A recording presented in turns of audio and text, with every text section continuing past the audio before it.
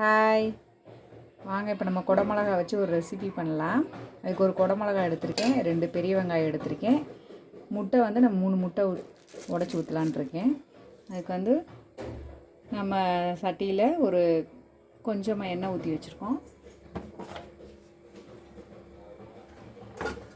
அதோட இப்போ கடுகு,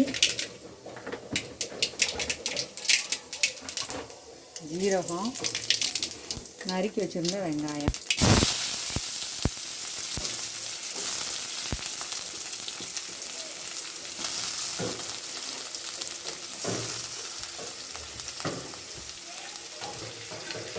நல்லா கொஞ்சம் வதங்குற வரைக்கும் நல்லா வதக்கி வச்சுக்கோங்க.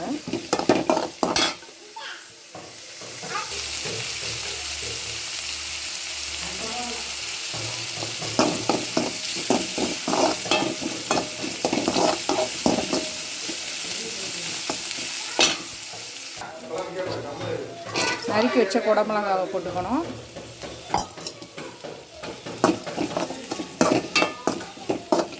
இதில் வந்து தண்ணி எதுவும் ஊற்றக்கூடாது. நம்ம மூடி வச்சோம்னா நல்லா அதுவே வதக்கிடும். அதுவே தண்ணி வர்ற மாதிரி இந்த காய்கறி, அதனால் கொஞ்சம் நல்லா வதக்கி விட்டுறணும். தண்ணி எதுவும் நம்ம ஊற்ற தேவையில்லை. உப்பு சேர்த்துருக்கேன்.